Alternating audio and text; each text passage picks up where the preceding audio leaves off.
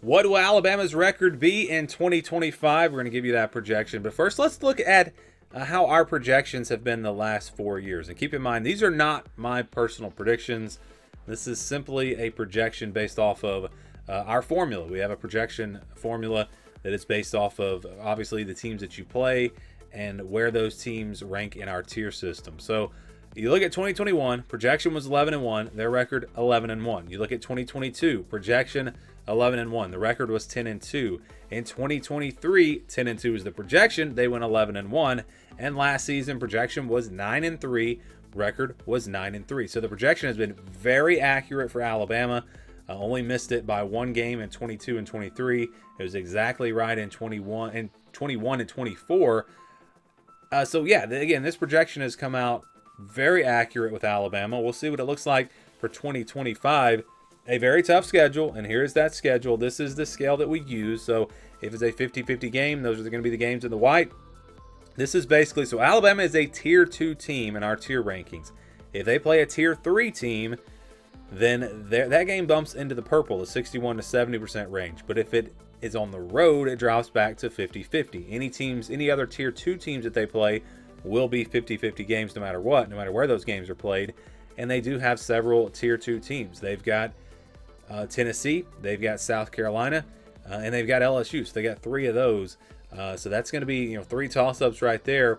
And then, if they're 2 tiers ahead of a team, then that game's going to be in the blue, the 71 to 80% range.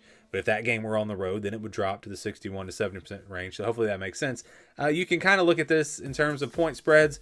50-50 games going to be games where the point spread's probably going to be about 3 or 4 or 5 points, and then 60 to 70, more like a touchdown, 7, 8, 9 points, 71 to 80, double-digit spreads, and then 80%. Maybe 20 points or more, something like that. Again, it's not based off of point spreads, but that's just one way to look at it. And the games in the green, the 80% and above, those games are going to be counted as wins when we do the formula. All right, so you got 2 of those, ULM and Eastern Illinois. Normally, Alabama does not have only 2 of these games. You've usually got like 4 at least. Only 2 like easy wins for Alabama, because this schedule is very, very tough. We go to the games in the blue, and they do have 3 of those. So they got Florida State, Wisconsin, and Vanderbilt. Now, again, this is based off of our tier rankings, and the way it works is from last year to this year, we could only move teams up or down by 1 tier. And Florida State was at the very, very bottom. They were in the bottom tier. So I kind of think they're going to bounce back and be much better, and that game probably should not be in the blue. But there is no human element to this. This is all based off of these numbers. And so because of where they were last year, they could not move up enough. And that game is actually in the blue. But I do think that the point spread for that game is, well, I guess it could be double digits. So that could still kind of actually work out. Wisconsin's spread will probably be like 16, 17. Vanderbilt, I think, will be double digits. I know Vanderbilt beat them last year, but I think most people would agree that Alabama was the better team overall. They just had a bad day on that day, and they're at home this time, so that should make for a much easier game. And so you've got 3 of those games, and then you've got just 1 game in the purple. That's Oklahoma. Alabama is a tier above Oklahoma. We've got Oklahoma as a tier 3 team. I know Oklahoma beat them last year, but again, if you look at the entire season, I think most people would say Alabama was the better team, and they're playing this one at home, so very similar to that Vanderbilt game.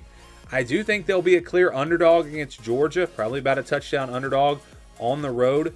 That again will be a tough matchup there against a really good team, and again away from home. So that's why that one does turn out to be in the yellow. I mean, if I had to guess right now, I'd say Alabama's probably going to be about an 8-point underdog in that game. I don't know if any early lines are out, but yeah, that's going to be a tough one, a winnable game, but a tough game. And then you've got the rest of these games is 50-50 games. So Missouri is tier 3. Auburn is tier 3, but those games are on the road. That's why they're considered 50-50 games. Then you've got Tennessee, South Carolina, and LSU. All of those opponents are, those are tier 2 teams. Both, all those games are going to be games that could really go either way. We are figuring on LSU being a little bit better from where they were last year.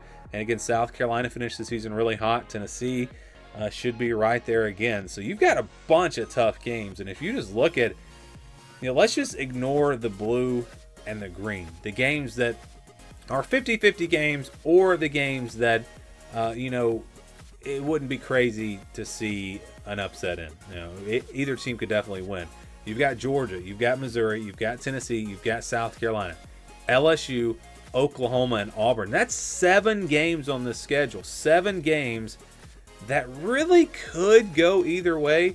Again, they're not all 50-50 games, but it would not be a surprise to see either team win any of those games. So if you cut those in half, you've got 3.5 losses right there.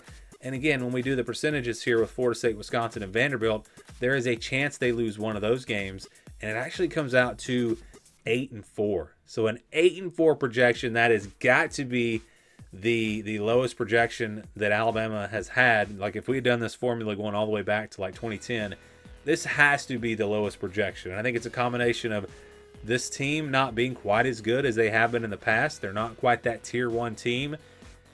And also the fact that this is a brutal schedule. I mean, it's just a really, really tough schedule. 2 Power 4 teams in the non-conference, a bunch of really good opponents in the SEC, no easy wins in the SEC, and only 2 easy wins overall. Like I said, that's just not something we usually see with an Alabama schedule. So a very tough schedule for Alabama.